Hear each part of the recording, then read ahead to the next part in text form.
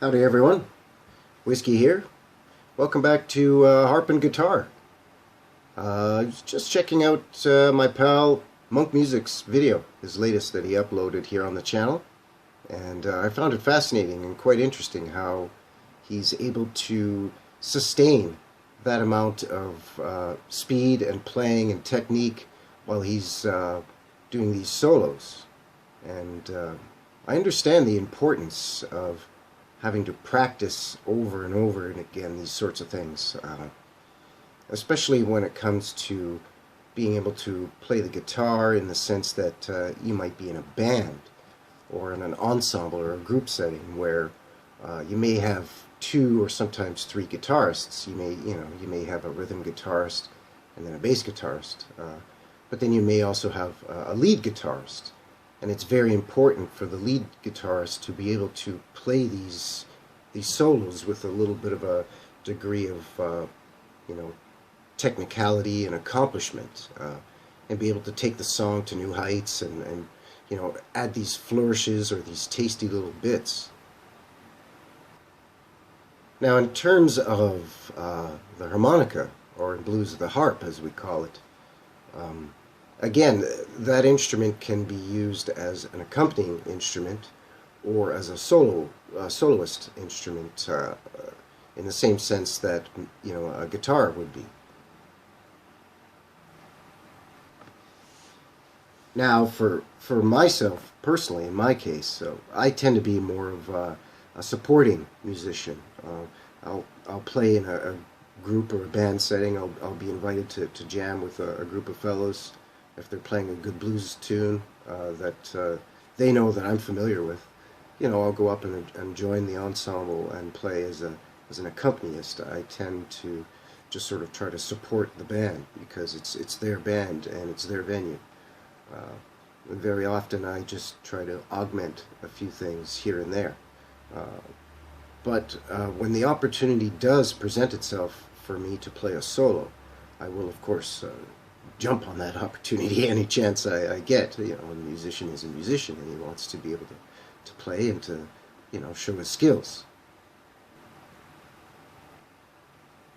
So when I practice playing harmonica or the blues harp, I tend to try to set aside a little bit of time to practice playing as a backup player or as a backup performer, and then I also set aside a little bit of time, maybe later that day or even on a different day, to sort of practice some soloing.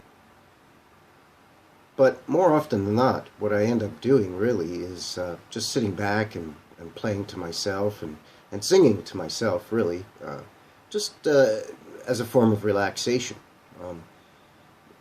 I find that it's a good way to sharpen and practice and hone your skills, but also just to relax and just enjoy the music, because ultimately that's what the music is all about.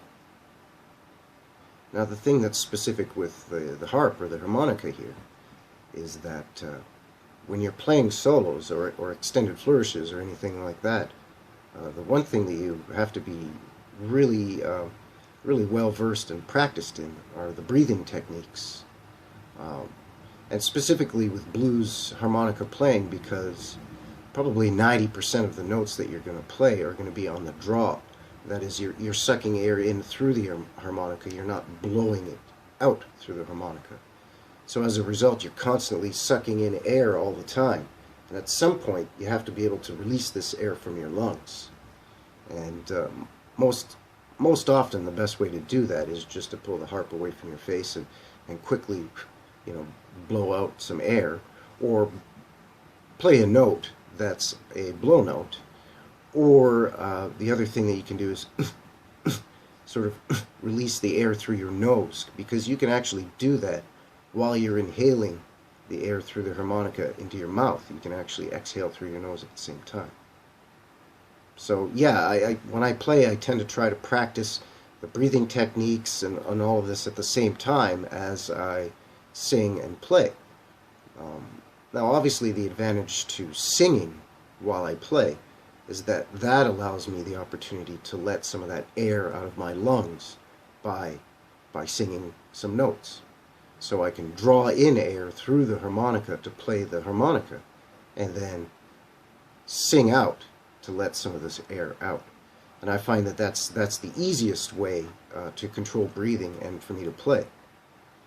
When it comes to playing solos, it takes a lot more practice with the breathing techniques. So for example, if I was to sing a song and just accompany myself on the old harp here, let's say for example I'm going to do Buddy Guy's One Room Country Shack,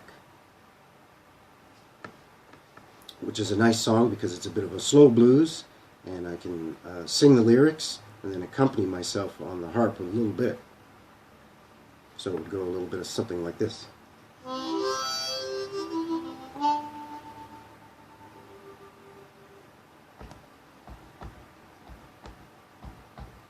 Sitting here 1,000 miles from nowhere. People, I'm in my own one-room country little shack.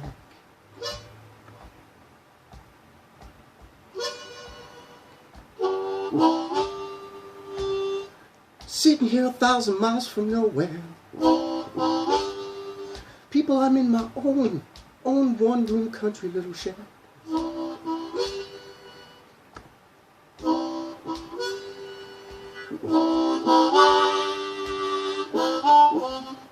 All my worries and companions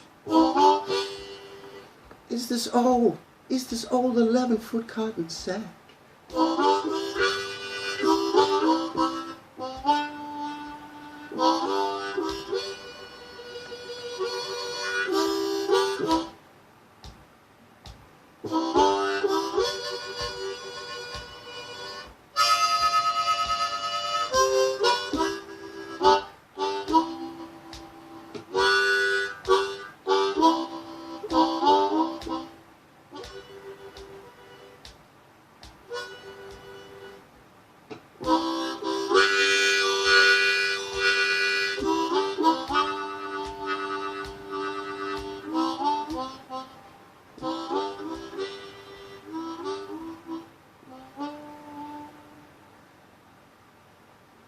A little bit of something like that.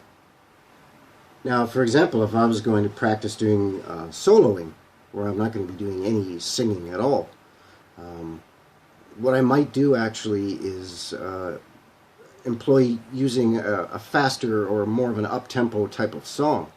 That way I can practice the soloing techniques, but then also practice the breathing as well.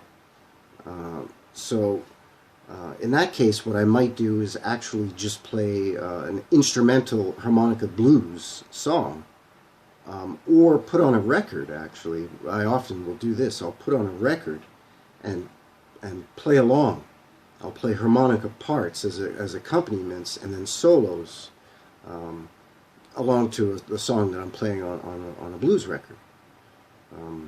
I'll just pick a song that I know doesn't have any harmonica playing in it, but I know that I could incorporate my playing into, and I just play along with the record. It's very easy. But if I'm going to be playing a solo or an instrumental type of song, generally I'll pick something, like I said, that's a faster pace. And I'll pick something like, for example, the classic harmonica tune, Juke.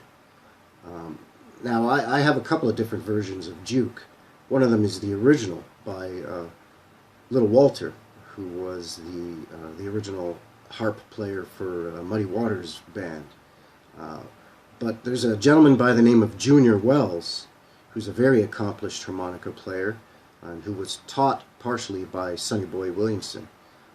Junior Wells toured quite extensively throughout the world, actually, in the 70s with my man, Mr. Buddy Guy, and he was Buddy Guy's accompanist on the harmonica, but would also do his own original songs and play solos.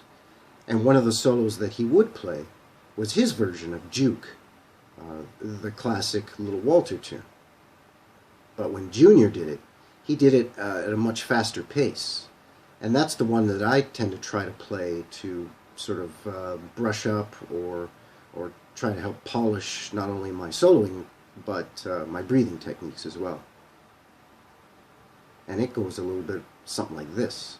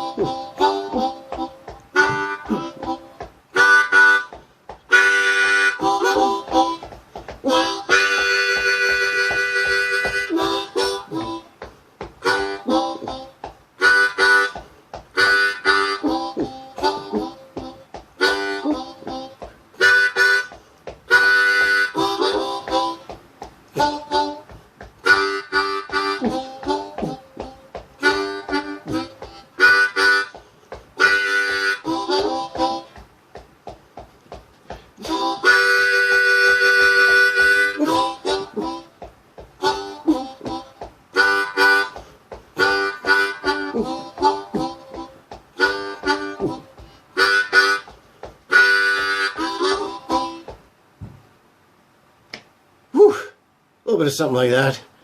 Oh, whiskey's pretty winded here. So there you have it, everyone. I mean, hey, not the best, but you know, that's what it's all about. You got to keep practicing. You got to keep at it. Keep going. Keep moving forward.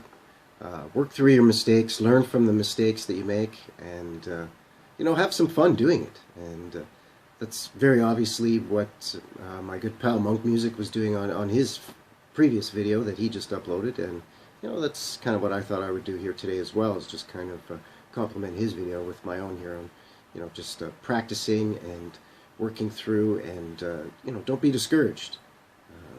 You know, Monk Music would be the first to admit that he's no Jimmy Page or Jimi Hendrix or Buddy Guy, and I'll be the first to admit that I'm no Little Walter or Junior Wells or Sonny Boy Williamson by any means.